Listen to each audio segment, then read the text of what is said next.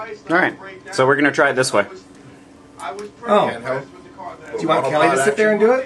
Kelly, do you want to be cameraman? Should be the camera. Whoa, man. Yeah, whoa, man. Yeah, come here. Then we'll scoot you over. That way you don't have to. Hi. Bring the chair in.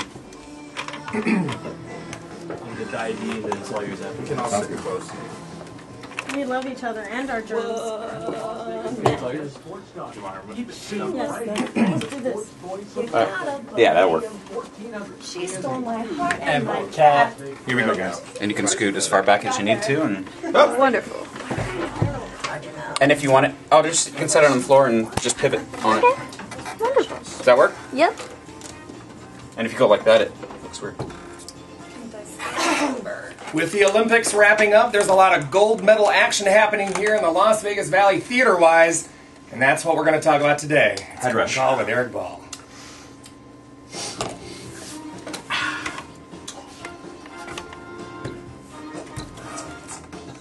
Blue raspberry, orange mango. That's awesome. Well, thanks for tuning in, guys. This is Curtain Call. I'm Erik Ball. Joining me, as always, is Glenn Heath and Carrie Ann Parks. Hello. Hey, guys. And also in the studio, we have Terrence Williams, Jamie Woodard. They're with the cast of Joseph and the Amazing Technicolor Dreamcoat out at Super Summer Theater. It opened this last weekend, and it's running for the next 2 weekends, so we need to have you guys go out and check that out. Before we start things talking, I want to point out our call-in number is 221-SAVE, S-A-V-E, 221-S-A-V-E. If you have anything that you'd like to lend to the conversation, if you have a question or anything, or if you just want to, crank call us, That would be fun. You know what? For Terrence, I hope Satan calls. Yo, oh, it's for you. It's the devil. If you are Satan, dial 666. Yeah, 221-SAVE. So give us a call. You can also check us out on Facebook. We have our own Facebook page, Curtain Call with Erik Ball, up at the top when you search for it. And like us, because we like to be liked. We're theater people. We're very emotionally needy. It matters. It does. It does. I'm racing my grandmother's fan page to see who gets to 200 friends first. And in case anyone is wondering, this is live, not pre-recorded and aired. This isn't last week's recording re-aired. Right. Unless it's next week and we have to re-air this week. Last Sunday Which would be really weird, but I just want to, because we had to re-air an episode. That sounds so official. It does sound We have an episode. Because some of us were busy in Joseph. Most of us. I Not was all not. of us. No, you weren't. It was tech. What's your problem? Load-in I'm tech the only weekend. one in this room who's not in Joseph. you Dr. didn't- Kelly, so glad you're in here. Intern Kelly's our camera woman, excuse me. Yeah, we're trying something different with the camera, so it actually moves now. So It's like the radio cam. Yeah. It's like to the extreme. But anyways, so, like us on Facebook, call in. You can also listen to this show live and everything on KSHP Live. If you go to the App Store on your iPhone, type in KSHP and you can download their free app, listen to the show live on your phone. So that's always very, very nice. So we opened Joseph. Are we zenning? What are we doing? I don't know. Jemmy's just sitting over here like she's gonna have a conniption fit or something. No, I just needed a moment here to prepare myself to talk on the radio. That's all. You still sound throaty. You're still sick? Yeah, I'm still working it a little bit. I got the throat lozenge in my mouth. Nice, yeah. Oh, that's really good for radio. Yeah. And just when we thought, it's so funny because the last show we did this weekend, it was just like, oh, Jamie's getting sick. I hope she can make it through the weekend. And then all of a sudden it started to rain. And I was just like, oh, God good. was crying that Joseph was the way it was. That was fun. But for those of you who have never been out to the Super Summer Theater Ranch, I need to I'm going to recommend it because Glenn, Jamie, and I are in it. And it's so much fun. And it is lots of fun. But regardless of what show it is, you need to get out to the Super Summer Theater Ranch. It's at the Spring Mountain Valley Park out in Red Rock. You just take the Charleston Road. You either get off of Blue Diamond on the 159, I think it is, and it's like 6 miles up that way, or where the Red Rock exit, and you take Charleston into the mountains, and it's just beyond the boroughs. Yeah, just beyond the boroughs, either right before or right after Bonnie Springs. Right, and it's a great place to bring the family, bring a picnic, sit down, my favorite venue. Sit under the stars. As soon as that sun hits those mountains, and in August, it's doing a lot earlier than I had never done an August show before, so it's like it happens right away. I don't think August shows are as hot as they happen to be for Joseph, because Terrence has every light in Vegas borrowed. He like got all, the neon sign graveyard. Terrence borrowed all of those lights, fixed them, put them in Joseph's coat, put them on stage, and it's like 200 degrees up there. Before the moths even get near the lights, they go near the stage and they go, and they just fry. Which is great. It's like a wall of electric mayhem. For the audience, it's like 4th of July. These bugs, Yeah, and Joe, we had Terrence and Jen De La Torre on the show, and if you were tuning in last week, you heard it twice because we replayed it. So Terrence has been on 3 weeks in a row. That's fantastic. That's a new record. Yeah, you're a recurring character on You're doing better than me and Erik. Your attendance record. But we were talking about how this particular endeavor is not your everyday mom and pop Donny Osmond Joseph. This is not even close. This is a newly orchestrated version of the original. It's the same songs, same melody, same everything, but it's put to kind of a hard rock concert style vibe, and it is set up very similarly to that of a rock concert. It is a rock concert. Absolutely. I mean. At no time does it stray from that rock concert vibe. It's totally rock concert. Yeah. And I was very curious to see, and maybe this is. Maybe we can kind of transition to you, Terrence, because I was very interested to see how the older demographic of the audience would take to it, and I'm surprised. I was surprised, well, thrilled, but surprised to see that nobody got up and said, "Well, attack with this," and then stormed off. Back in 07. Now, maybe they grumbled on the way, fumbling for their Werther's original in their purse, going, "Oh, well, I wouldn't have done it that way." Maybe they did. On the way, but they certainly stayed and watched. They certainly stayed and watched. I mean, I thought that was great. What about? Were you surprised? Opening night, I tend to kind of wander towards the back of the meadow as people are exiting, just because you want to see what the word of mouth really is like. Yeah. I would say everyone under 50 had this energetic, "That was awesome!" Cool. Absolutely. That was so cool, and kids asking their moms if they could come back and see it again, which is always awesome. good. A handful of people I had known in the audience stopping me saying they were coming back again, which is a good sign. That's cool. Yeah, there was a few people that came first. Christian Escobar was there first 2 nights. And I'm kind of drawing 50 as just where it seemed to be in my mind. I couldn't tell you where it really is, but there is definitely a polarizing effect. I think there were some people above that age range, the vast majority of which were like, "Wow, that was different." Those that remember the Bible story before it was written in the Bible. Well, I knew Joseph, and you're no Joseph. Back when I went to school with Joseph, he wasn't like that. There was no rock and roll. Dreadfully inaccurate. He was blonde. Technicolor was really just a symbol for colors.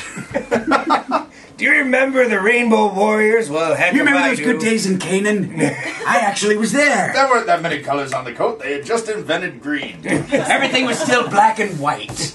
Color hadn't been invented yet. The good old days. Pass me my gruel. Okay, one more and that's it. That's it. One more old person joke? Yes, and then we're moving on. I tried to do one, but I forgot it. Ring the bell, please. Okay. Yay! And as someone in the audience of Joseph, yes, it was a thrill. It is a rock concert from start to finish. I loved the karaoke jam. How come I did not see you up there at all? That's a good question. Did you not come out? Because were you there opening night? No, I wasn't there opening night. I was there the next night. But I did not go up on stage, although I do know all the words, and I would love to rock that song with you because I did not look cute that night. I wore my jammies. I was ready to lay back under the stars. That's the cool thing about Super Summer. You can go and just kind of relax, and it's not such a formal outing because the environment that you're sitting in is not formal. It's campy. Right? It's kind of, especially with the opportunity of rain, which normally doesn't happen, but that's the first time I've seen it rain that Vegas hard. in general. Sprinkled. Yeah, what is that wet precipitation coming from the gods? Dear Lord. But it happened at an opportune time in the show, and it only was Did it? really... Was this last night? Yeah. Yes, this was last night. Last night we had a little bit of story. rain, and luckily our audience just kind of stayed there. They got their piece of blanket over their heads for the 3-minute shower that it was, because it's Vegas, and then took it off. And the and- temperature dropped like 15 Oh, degrees. it was great. felt so glorious. good. That's nice for you. Granted, especially. the drape got a little slippery, Yes. and ergo the rake got Then a you little had to catch slippery. me. I was happy to catch you, But who doesn't like a but you slip made and me slide? miss my turn. I completely sorry. missed my turn because you fell and I had to catch you. We'll blame it on Gerard. Yeah. You're such a good big brother. You know what? As soon as it started raining, Terrence magically appeared behind stage, and letting everyone know to be careful. And Erik, you're probably the same way. It's like, yeah, safety first.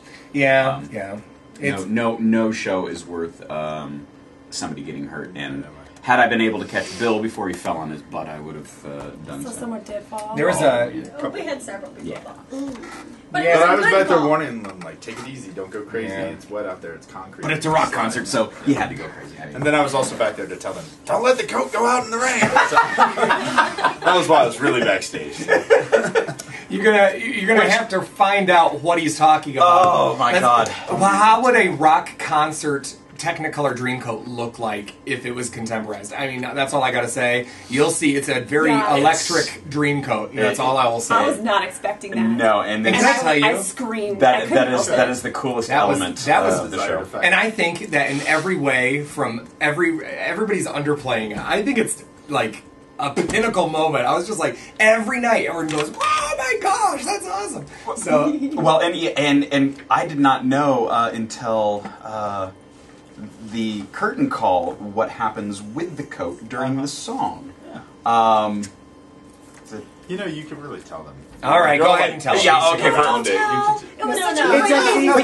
But you're looking at me, and you saw the show, and you're like, "What does it do during the song? But which song? The color song." Oh, I know what it does. Okay, forget that. But you might encourage someone to go see it. If there are any geeks. Well, let's just say Terrence invented a system to remotely control the LED display that is set up in the coat. It is a display. It is a remote-controlled LED display on a coat. And with I the will leave it whole at that. Stage is like lit up and like band. Oh my goodness. Yeah, no, there is no more to say than that. Yeah. That's the whole thing.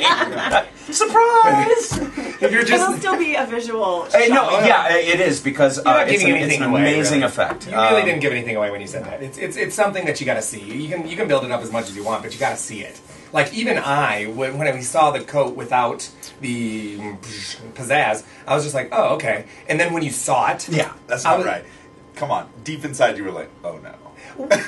Here's the thing: it looks like a coat. It Yeah, doesn't look yeah. anything. Special. Yeah, and then when it's in the dark in a rock concert setting and it's the moment's we coming and didn't boom. get to see it until It was- opening night. So it was a surprise for you too? That was the element of Yeah. surprise. We actually, the technology had been in place for a couple of weeks, Yeah. and then Okay. it had to be sewn into the coat.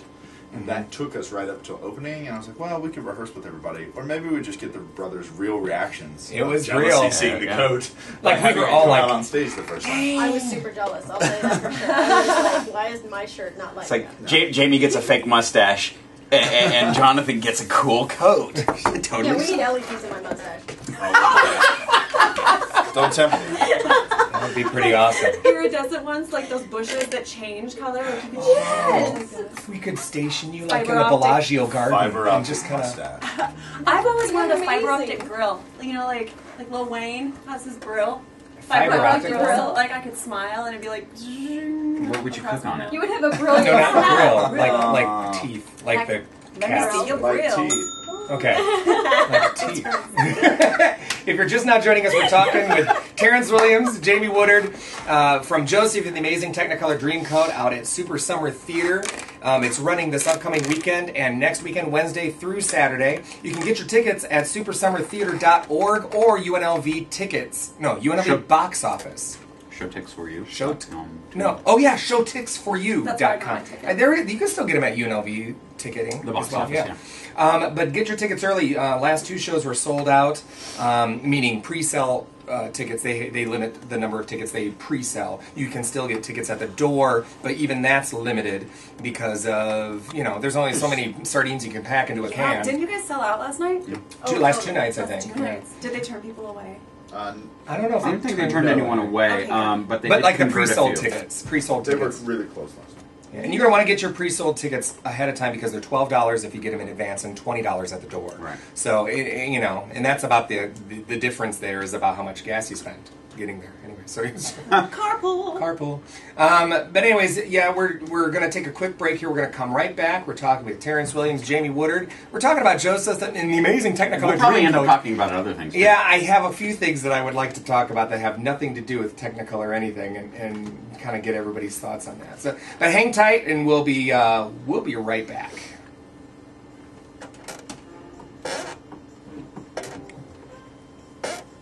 You're listening to Curtain Call with Erik Ball. This is David Loud saying hello from Broadway. Oh, we can talk. It's fun. Yay. We should get you to do a stinger, Terrence. What happened? Why would you want that? Satan, I'm hiding under the cords of Joseph. I'll give you a stinger now, and then in like 2 years you can use it. Here's the thing, I do want to get a stinger before we leave. If that's I do because I like stingers. Do you know what would be fun? If we did stingers as characters from shows like, this is Mrs. Lovett, and you're listening to... Ooh, I like that. That's a great Wouldn't it be idea. funny if we had character ones? Think of what characters. Go. You can also create your own low-fat yogurt This dessert. Carrie Jane. Something that is nutritious for the Baba Walter. We're doing real people or doing characters? Oh, I don't think.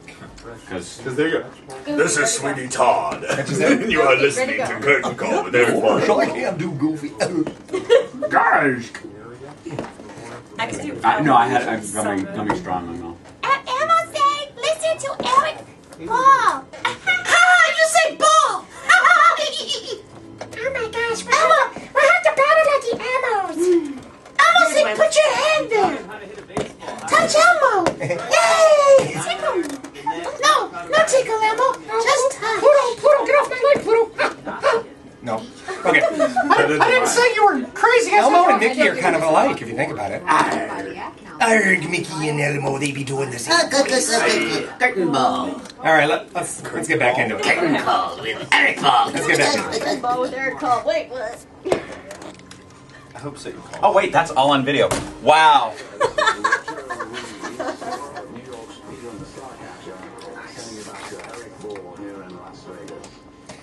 Oh, thank you, Roger Rees. Thank You're you for taking welcome. some time out of your very busy I'm schedule very happy to do so. just to call in and transition us back in. Well, I've teleported here, so Bully for me. You look- Let's talk about my show now. Believe me. And by the way, those of you who haven't seen, I just found out Peter and the Starcatcher is coming to the Utah Shakespeare Festival next year.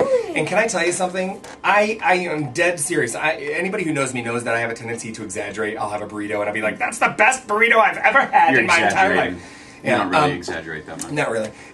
But this, I had an opportunity to go to New York in July, and I can honestly say that the single most entertaining and enthralling storytelling I've ever seen on stage was Peter and the Starcatcher. Wow.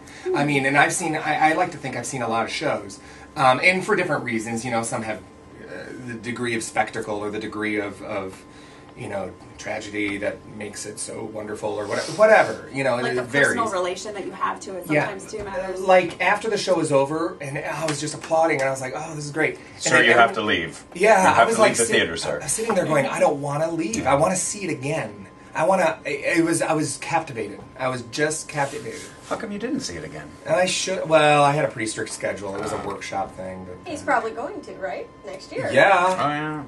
You can imagine my relationship to the story because at Faith Lutheran High School we're doing Peter Pan in the fall, Because you were a lost boy. and I have direct ties to the show. You're wearing green tights. I like to wear Always. green tights, and I'm a lost boy.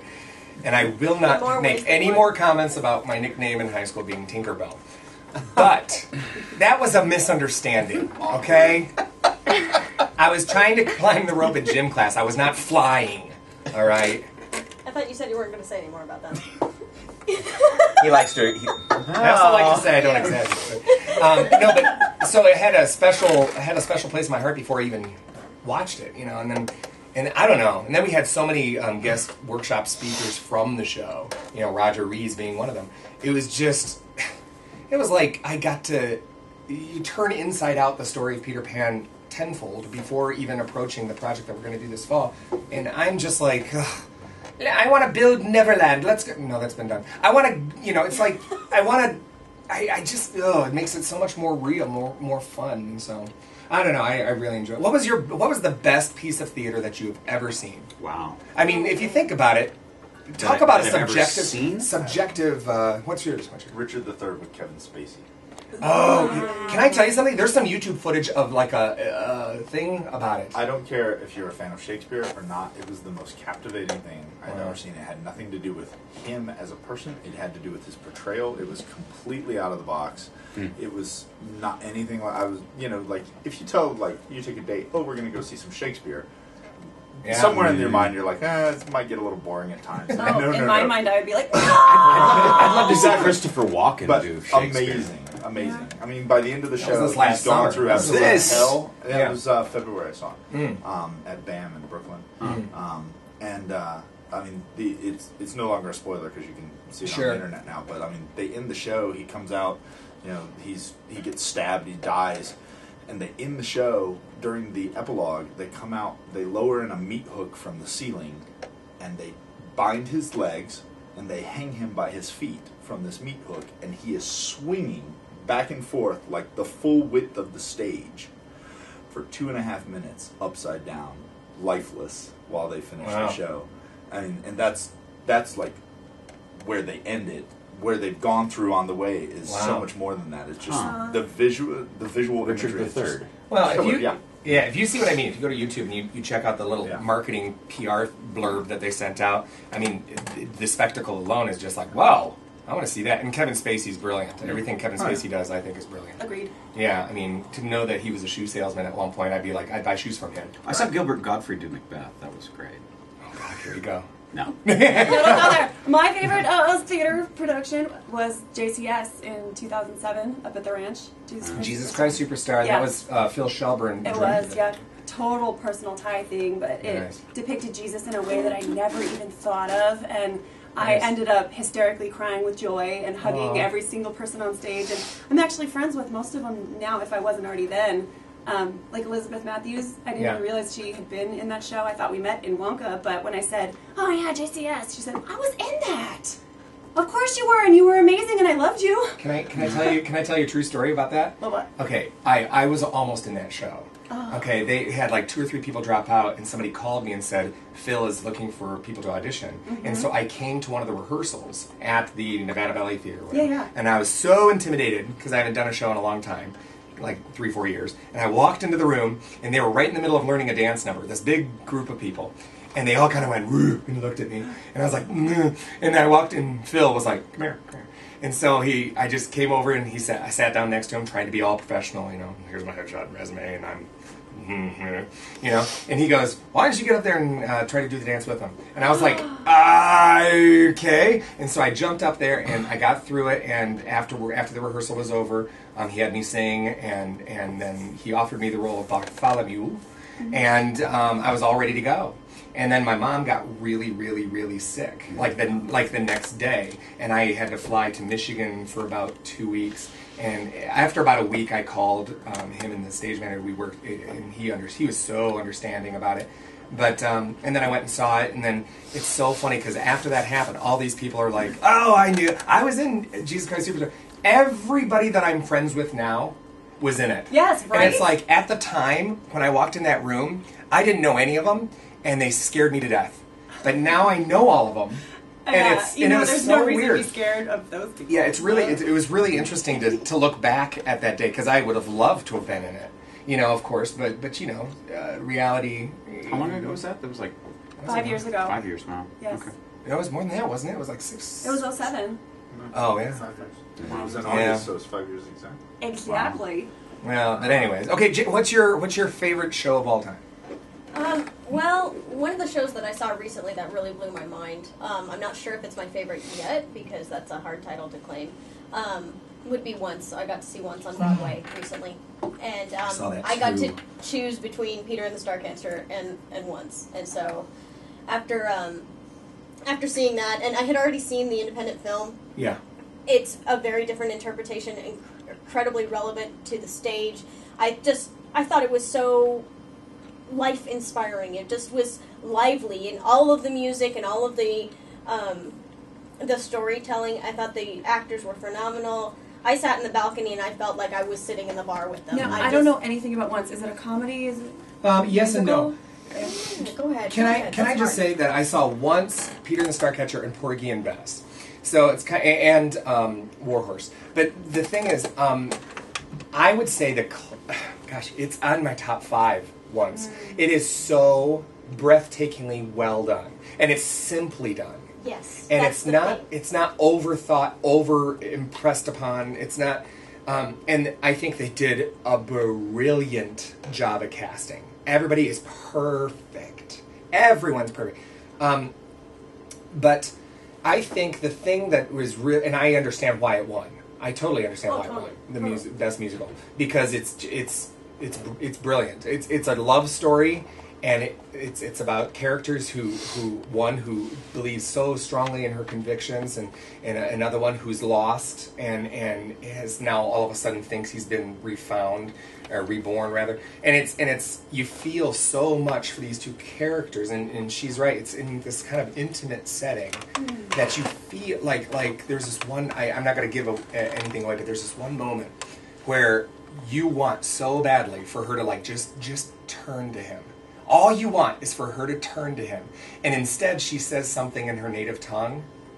You know what I mean? That one thing she says, and the whole audience went, "Oh my gosh!" Like you could feel the collective intake of, "Oh my gosh, my heart hurts." It's such good storytelling. It's a beautiful story. It's a beautiful, beautiful story that is very true to life. Yeah. And in its beautifulness and in its unfortunateness. I mean.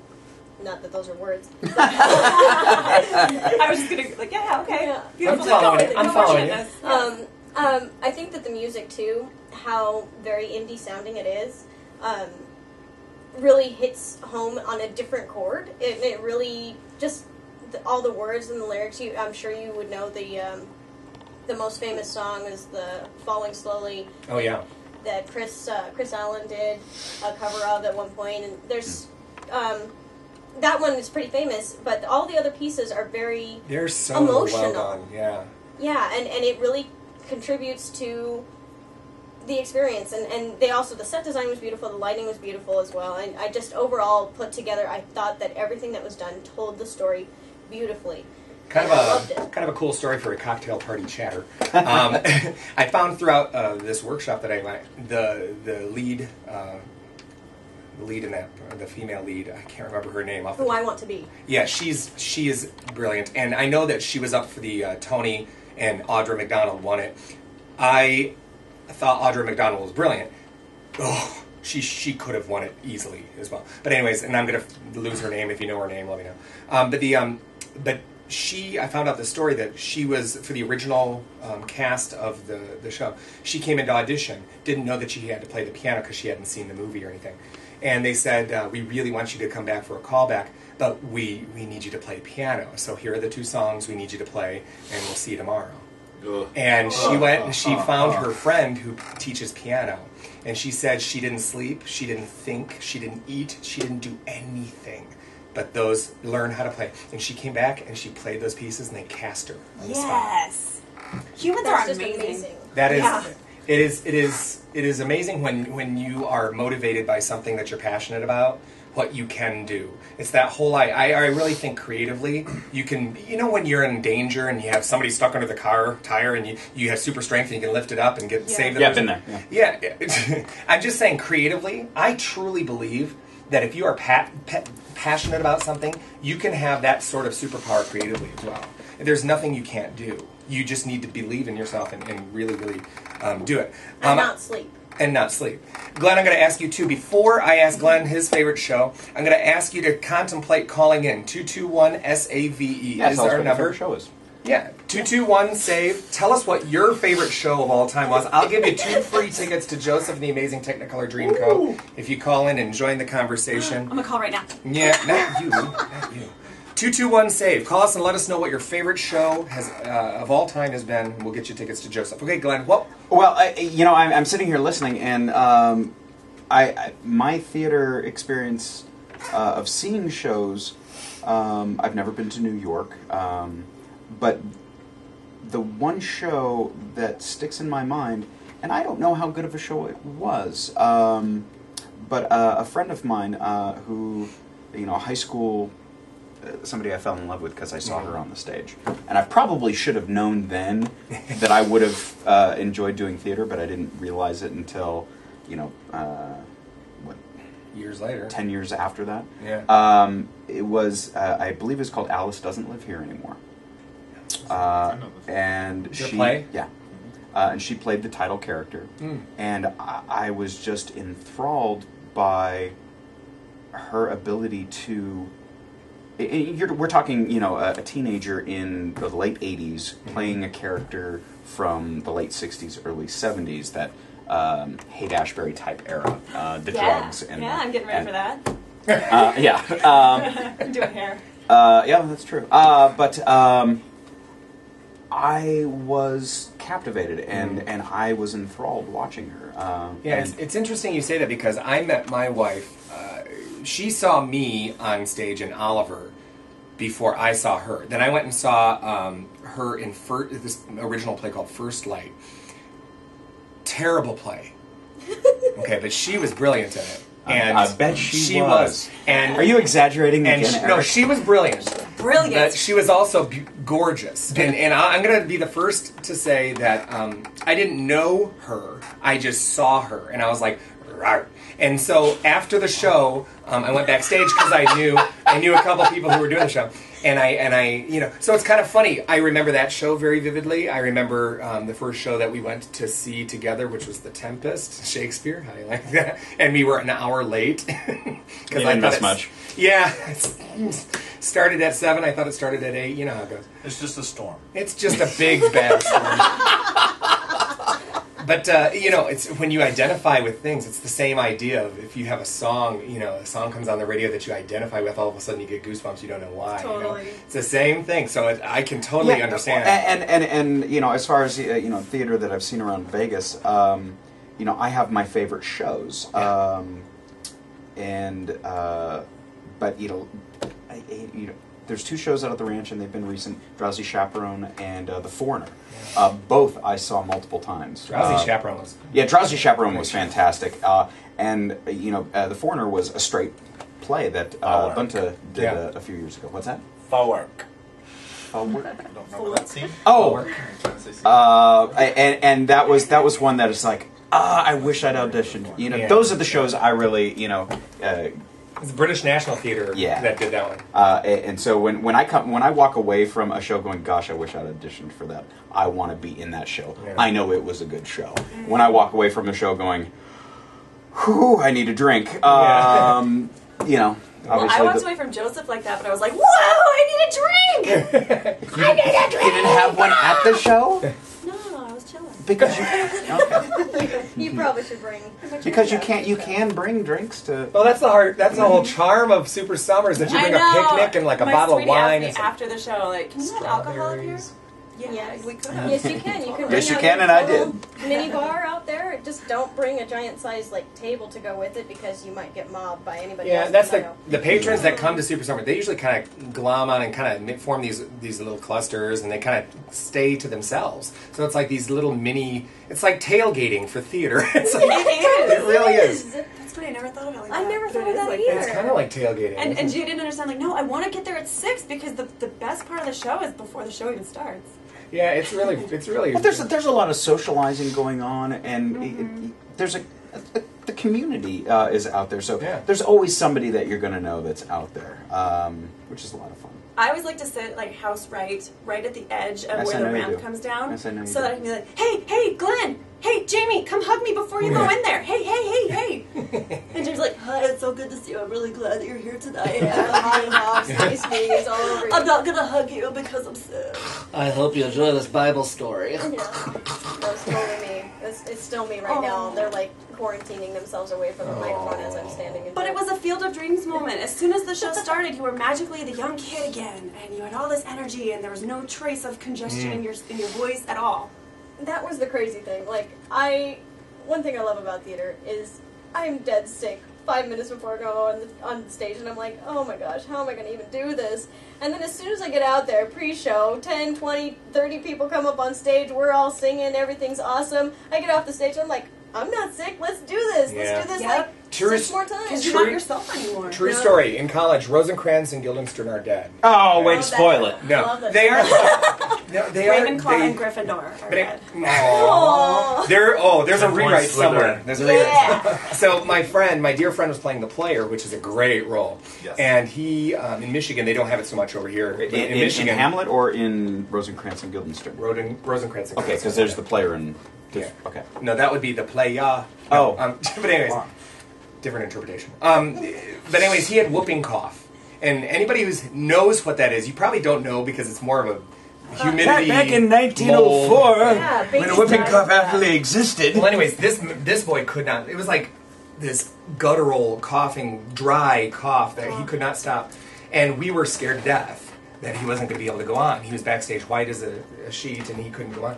And right as soon as he stepped on stage, he didn't cough once on stage, and he walked off stage and he coughed and coughed, walked back on for the next scene. Never. There's something magical about theater.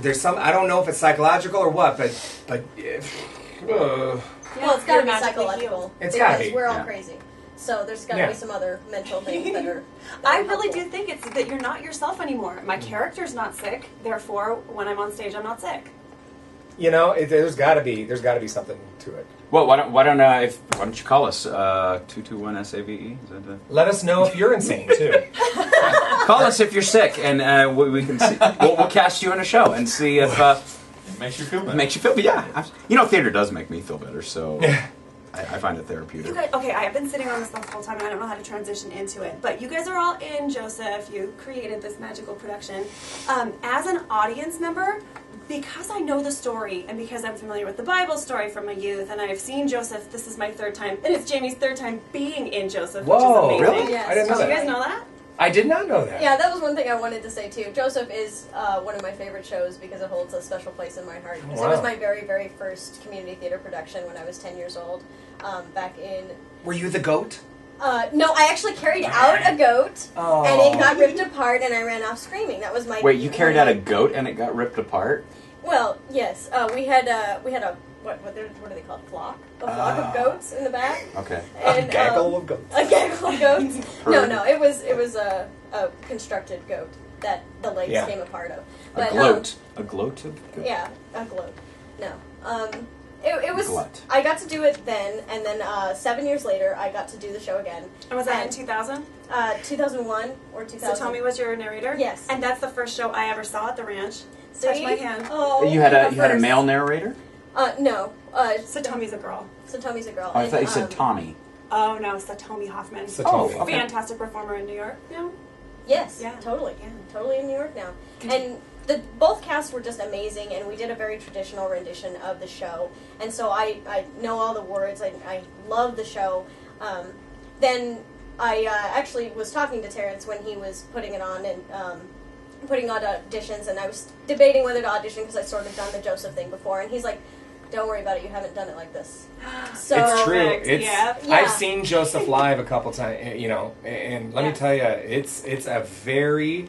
And can I just say something real quick? No. For those of you who are got your proverbial ear to the railroad track as far as trying to capture the pulse of theater in Vegas as it pertains to those who have loud soapboxes to stand upon.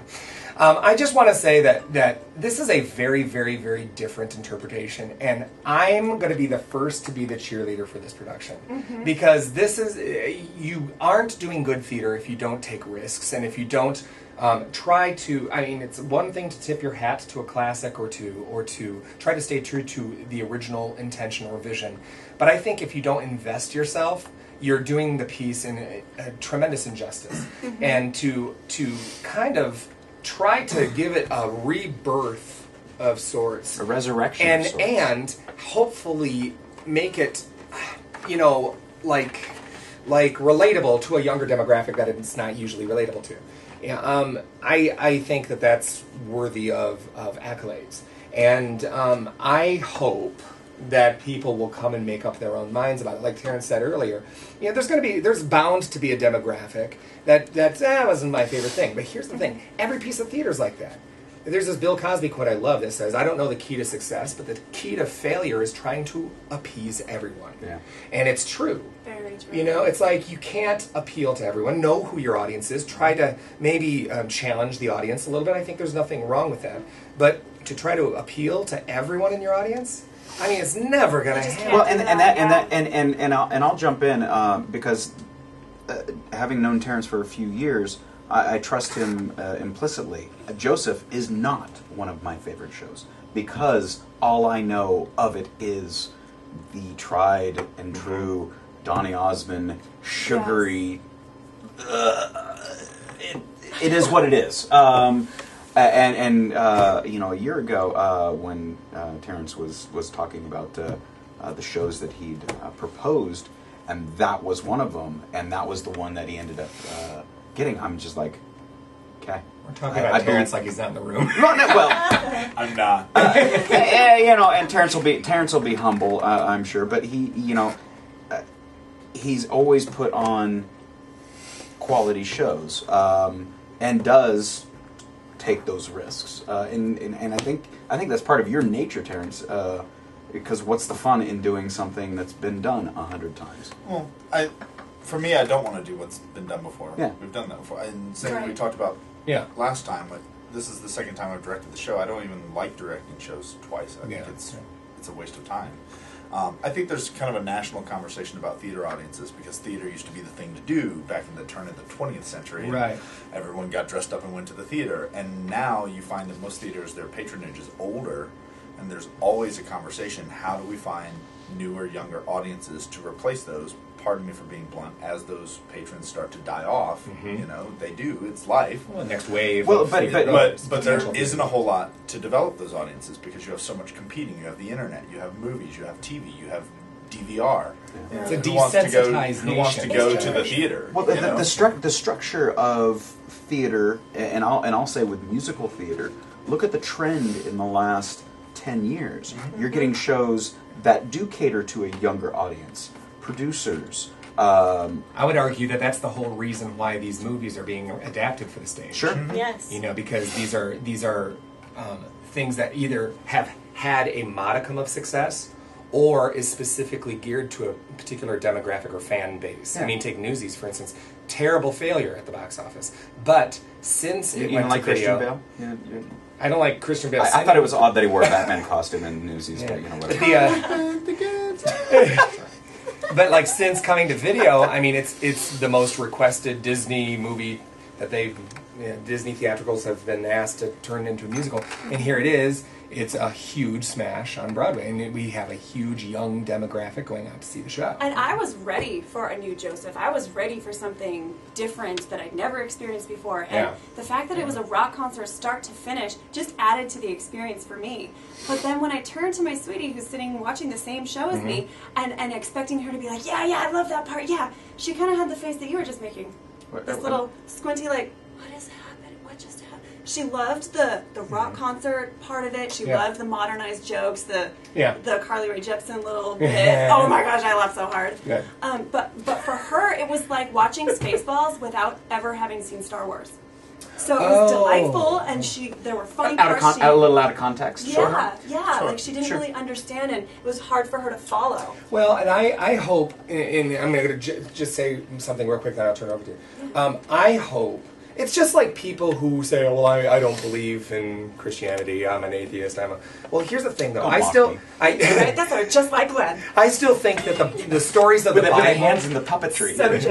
let's say that you're that person. I still think the stories of the Bible are relevant and good stories about morality and. But you're saying a very key word: stories. Yes. As opposed to it's a historical document, and these things aren't. Well, are we going to get into our faith? No. But to say that they're stories as opposed to this is historical fact. You know, I mean, that's how we relate. Though, sure. Is that we relate to one another through our storytelling? I mean, Absolutely.